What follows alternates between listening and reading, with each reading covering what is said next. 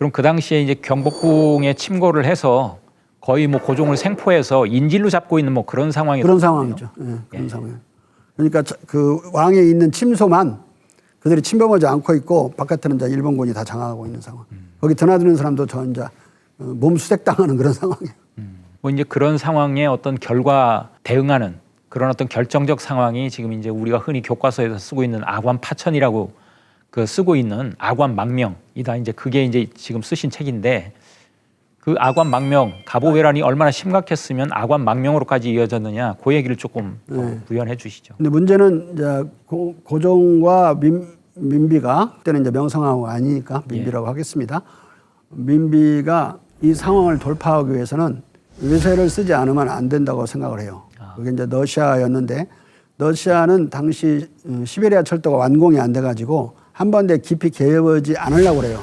일본과 충돌을 피하고자 하고 또 다른 유럽 국가들이 이제 눈초리가 싸늘하기 때문에 그런데 이제 적극적으로 민비와 이제 고종이 밀사를 보내요. 블라디보스토크를 통해서 시베리아를 관통해가지고 이제 거기 총독에게 밀사를 보내고 총독한테 황제에게 전달을 해달라고 그 러시아 황제에게. 근데 그 밀사를 한 번 보내는 게 아니라 여러 번 보내요. 그 기록들이 러시아 기록에 남아 있거든요. 여기서 핵심적인 것은 러시아로 하여금 강력하게 개입해 주기를 바라는 거예요. 일본이 우리나라를 장악하게 되면 동아시아 전체가 뭐 전쟁 상태에 빠진다.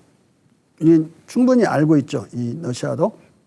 거기서 최고회의에서 이제 그대로 황제에게 올리는 최종 결정문을 이제 한 개 남아 있어서 이제 지금 발견돼서 이제 보면 우리가 조선을 침략해서 장악할 수 있는 능력이 없다.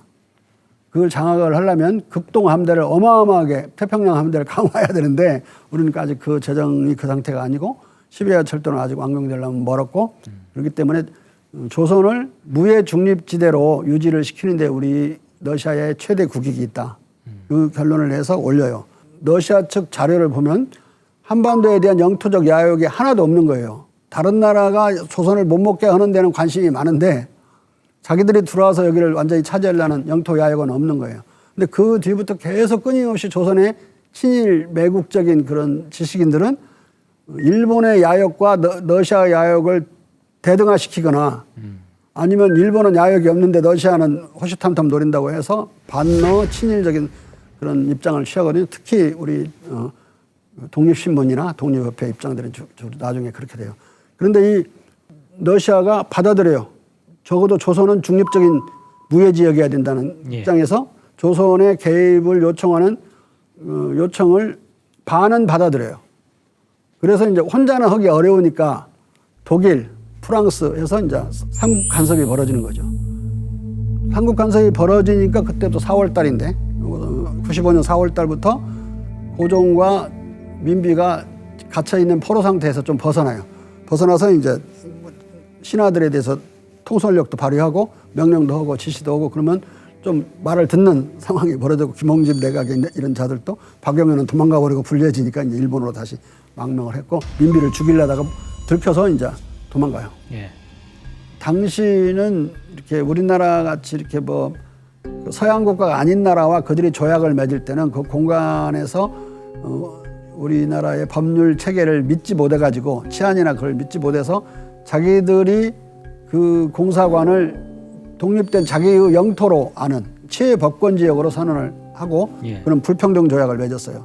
이게 당시에 미국 공사관 경내든 러시아 공사관 경내든 러시아 땅이고 미국 땅인 거예요. 그러니까 거기로 왕이 이제 국내에 들어있는 땅이지만 그리로 간 건 타국의 영토로 들어간 것이기 때문에 망명이란 말을 쓰는 거죠.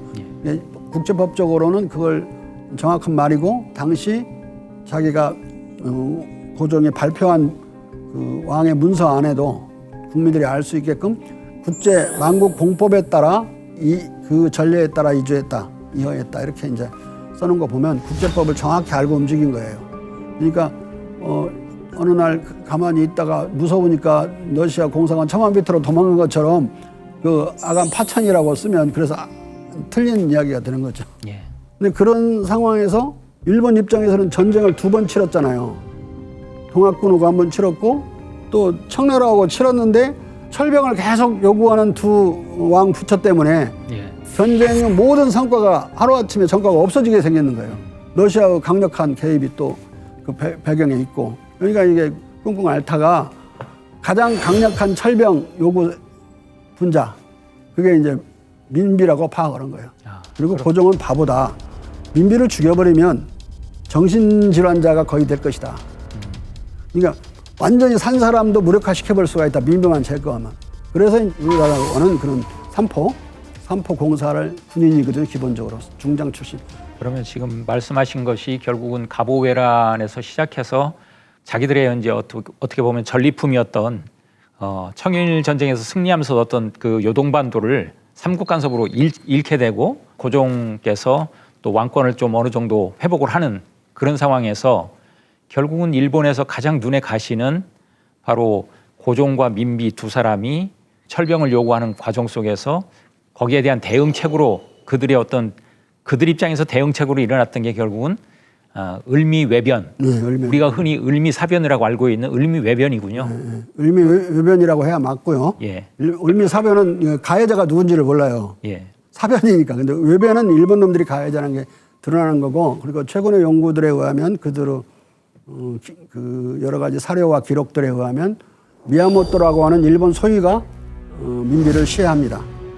그리고 그 옆에 있는 상사 하나, 특무상사가 하나 있었고 2명의 일본군이 죽인 거예요. 나머지 그 낭인이 이런 것들은 다 그 뭐라고 할까? 그 가림막들이고 가림막들, 또 그 바깥에 서 있었던 우리 친위대들, 우리 조선인 친위대들도 그냥 전부 가림막들이고, 실제로 작전은 그 정식 군인이 한 거죠. 그걸 숨기기 위해서 그 2명을 일본으로 빼내는데 막 육군 대장까지 동원이 되는 거예요. 근데 그 무전한 기록이 그대로 남아 있다고요. 이 나머지 뭐 대위들 많고, 대위들도 막 20 몇 명씩 있고 왕궁을 들어갔는데 걔네들은 하나도 중요하지도 않고, 그들을 잡아다 나중에 이제 히로시마에서 재판을 하잖아요. 전부 무죄 방면을 했어요. 왜냐하면 그 안에는 여기는 살해자가 없다. 근데 그 없다는 판결은 맞아요. 거기는 없지.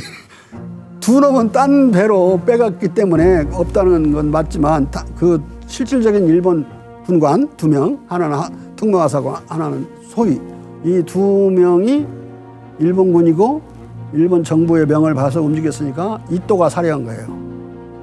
그건 뭐 명백하게 서류상으로 나타납니다.